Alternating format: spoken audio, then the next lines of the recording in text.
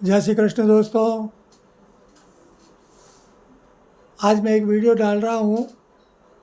मेरे बहुत से दर्शकों ने मुझे व्हाट्सएप पे कमेंट किया कि गुरुजी कृपया कि हमें कौन सा कि जो राशियों के जो नग आते हैं जेम्स, वो कौन से नग हमको पहनना चाहिए और कितनी रत्ती का पहनना चाहिए, ये उनको समझ में नहीं आ रहा, तो उसके बारे में कुछ बताइए।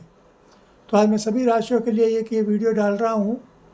ये वैसे तो एक वीडियो में पूरा होगा नहीं, लेकिन आज मैं उसका जो बुनियादी सिद्धांत है वो मैं आप लोगों के लिए बता रहा हूँ, तो उसका आप सब ध्यान रखिए।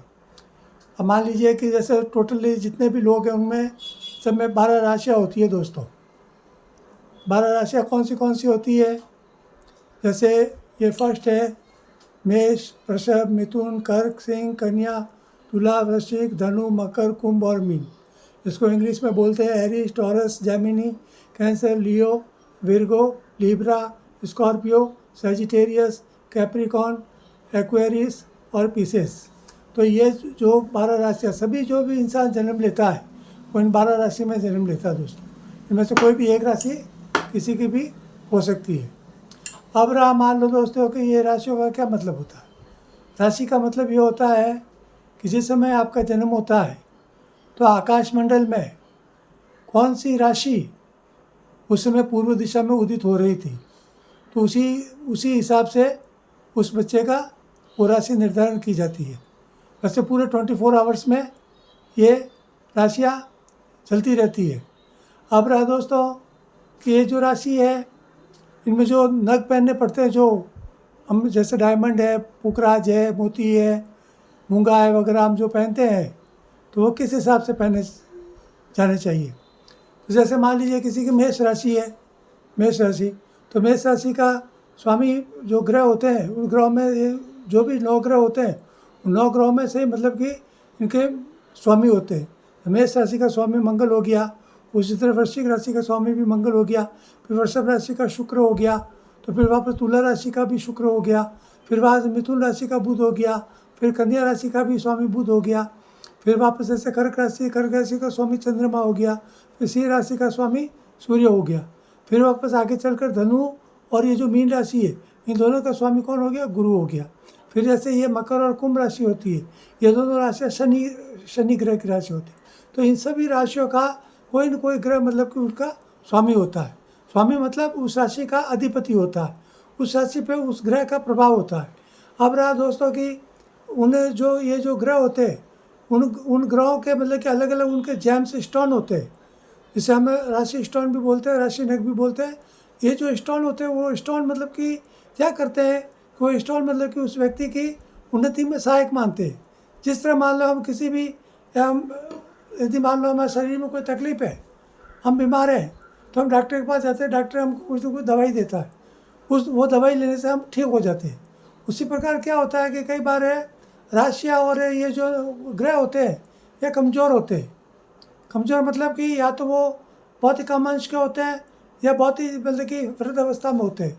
तो उस स्थिति में क्या होता है कि जब वो बुध जैसे मान लो कोई भी ग्रह यदि कमज़ोर है, तो उस कमज़ोर ग्रह को वापस उसको मजबूत करने के लिए, उसकी ताकत बढ़ाने के लिए, उसकी शक्ति बढ़ाने के लिए हमें क्या करना चाहिए। तब क्या होता है कि ये जो नग होते हैं, जो उनके प्रतिनिधि होते हैं ग्रहों के, तो वो पहनने से क्या होता है कि फिर वो उसकी ताकत कि उसमें बढ़ जाती है। तो उसी चीज़ के लिए ये नग पहने जाते हैं।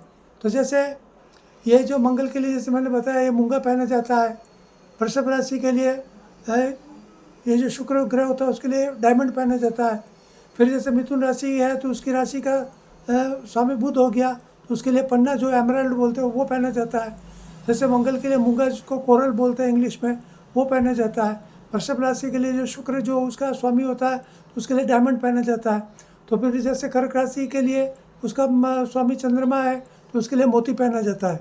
फिर जैसे सिंह राशि का स्वामी सूर्य है तो उसके लिए माणिक पहना जाता है। फिर जैसे कन्या राशि है तो उसके लिए उसका स्वामी बुध है तो उसके लिए पन्ना ग्रह पहना जाता है। फिर जैसे तुला राशि का मालिक शुक्र है उसके लिए वापस हीरा पहना जाता है। तो वृश्चिक राशि के लिए उसका स्वामी मंगल है तो उसके लिए मूंगा पहना जाता है। फिर धनु राशि का स्वामी शुभ गुरु है तो उसके लिए पुखराज पहना जाता है। फिर मकर राशि का स्वामी शनि है तो उसके लिए नीलम पहना जाता है। फिर जैसे कुंभ राशि का स्वामी भी शनि है तो उसके लिए भी नीलम पहना जाएगा।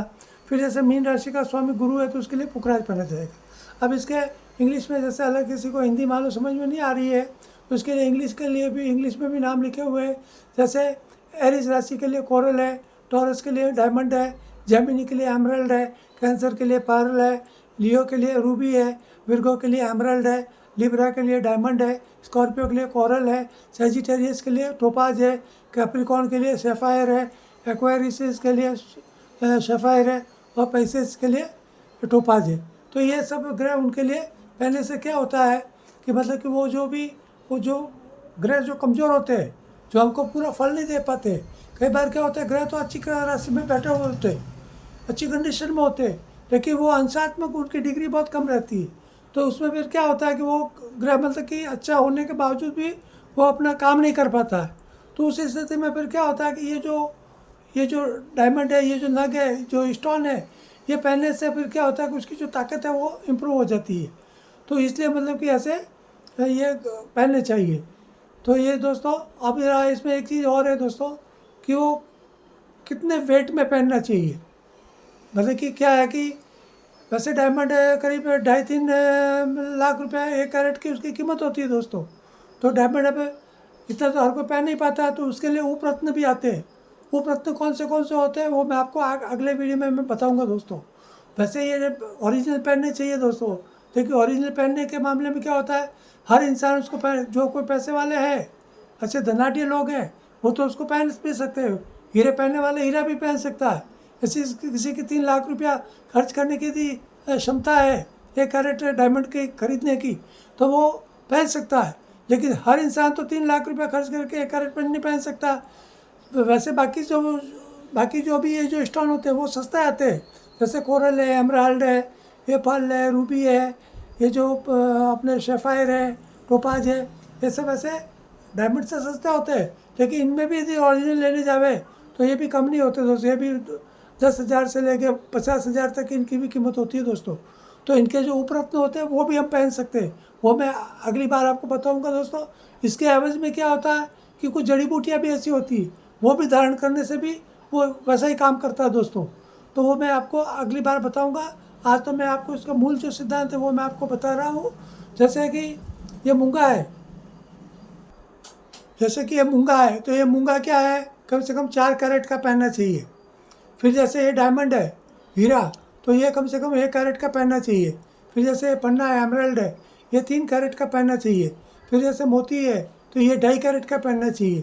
फिर जैसे ये माणिक है, रूबी है, ये भी 2.5 कैरेट का पहनना चाहिए कम से कम। फिर जैसे वापस ये जो कन्या राशि के लिए जो ये पन्ना है, एमरल्ड है, ये कम से कम 3 कैरेट का पहनना ज़रूरी है।